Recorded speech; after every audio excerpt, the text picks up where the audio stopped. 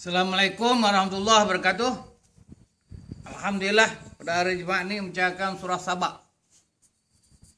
Saba mencerita mengenai Nabi Sulaiman dengan Ratu Putri Balqis dan juga mencerita keadaan negeri Saba selepas zaman Putri Balqis.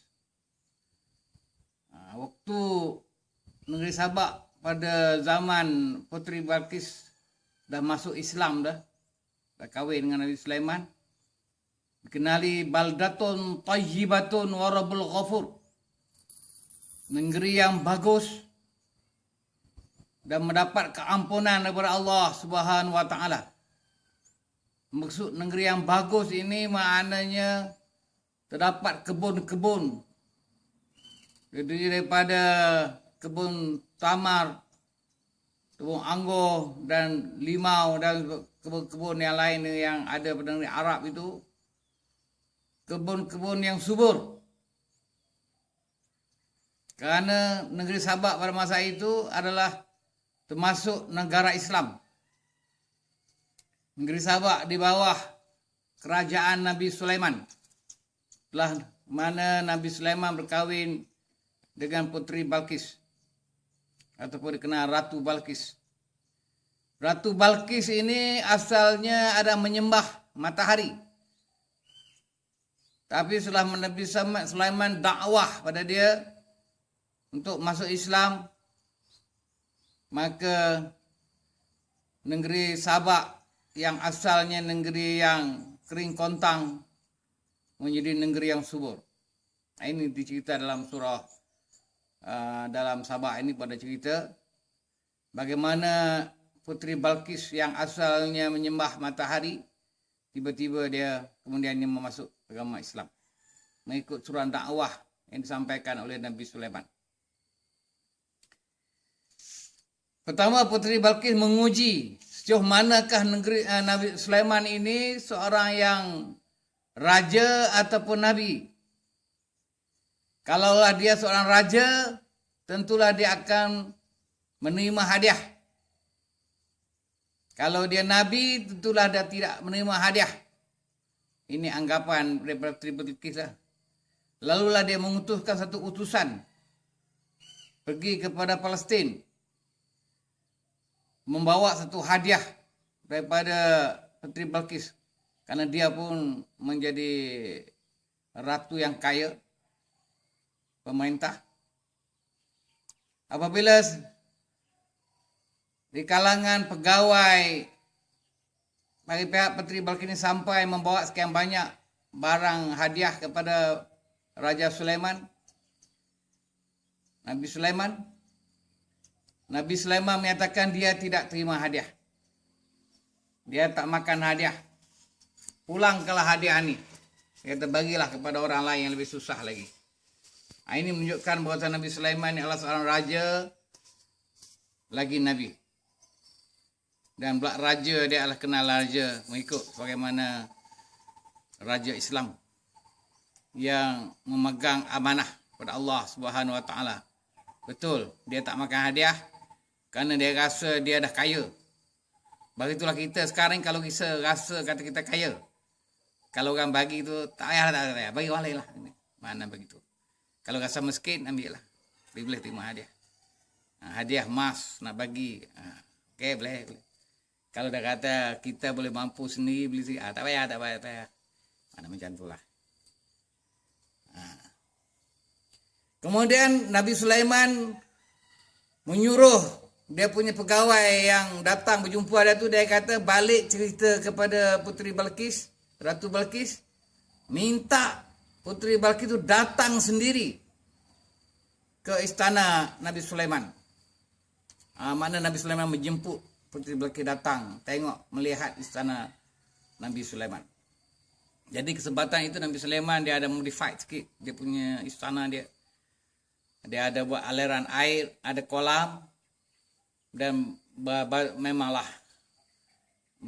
istana itu memang hebat pada zaman tu. Ada buat daripada batu magma, dengan ada buat kolam, tambahan dia ada macam ada aliran air Jadi apabila Putri Balqis datang tu dia akan nampak aliran air tu.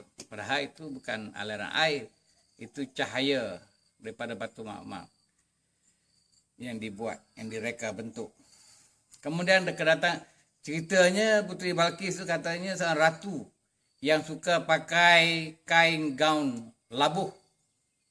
Yang saya orang bawa, dia punya dayang dia bawa. Sehingga dia digelar sebagai ratu berbetih bulu.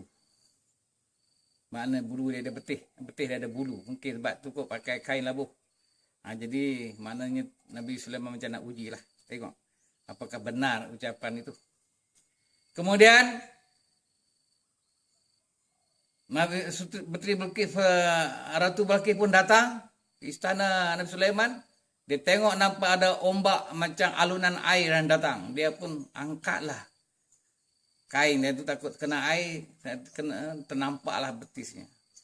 Dan betis itu disebutlah Quran tu.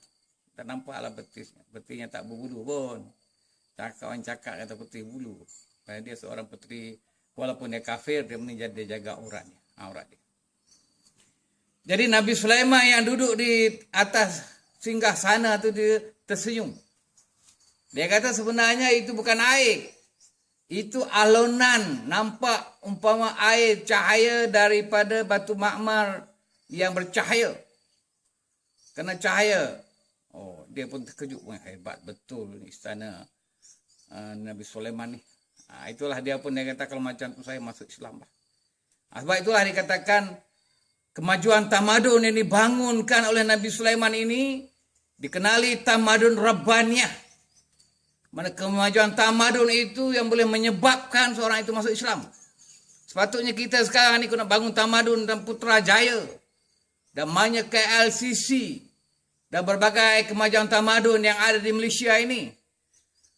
Melihat dengan rasa kagum dan hebat itu menyebabkan seorang itu dia merasai untuk memeluk agama Islam. Itu maknanya tamadun Rabbaniyah. Tapi yang sekarang ni hanya untuk lihat, tengok, oh hebat betul, cantik betul. Tak ada apa nak bergambar ya. Ambil gambar balik. Itu tamadun bergambar ya. Ni tamadun Islam ini, kemajuan tamadun boleh menarik seorang itu ataupun di kalangan pelancong itu bersedia untuk menerima agama Islam secara terbuka. Bukan cara paksaan, dia yang kerelaan dia sendiri.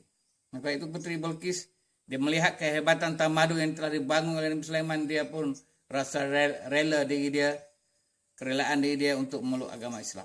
Kemudian dia pun masuk Islam, kemudian dikahwinkan pula dengan Nabi Sulaiman. Dia berkenan sama-sama anak dara tuna ni, raja, putri, mana dikahwin. Memanglah, cara Islam kahwin lah. Bukan nak semara dan tak boleh lah. Kahwin tak apa. Maka kerajaan Nabi Sulaiman bertambah hebat.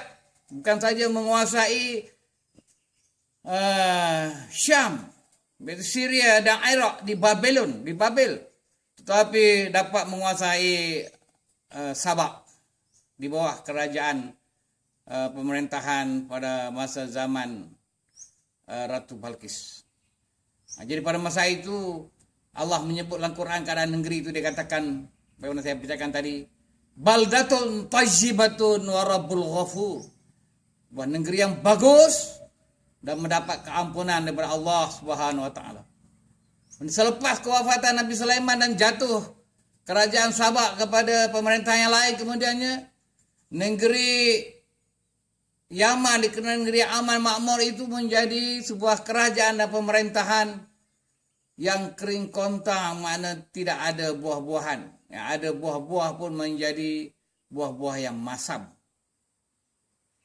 Ini dia cerita dalam Quran. Yang pahit lagi, bukan masam, pahit, buah pahit. Inilah keberkatan kalau sebuah kerajaan pemerintahan sekarang ini pun. Kalau Malaysia ini menjadi sebuah negara Islam, maka Malaysia akan menjadi sebuah kerajaan dan pemerintahan yang makmur.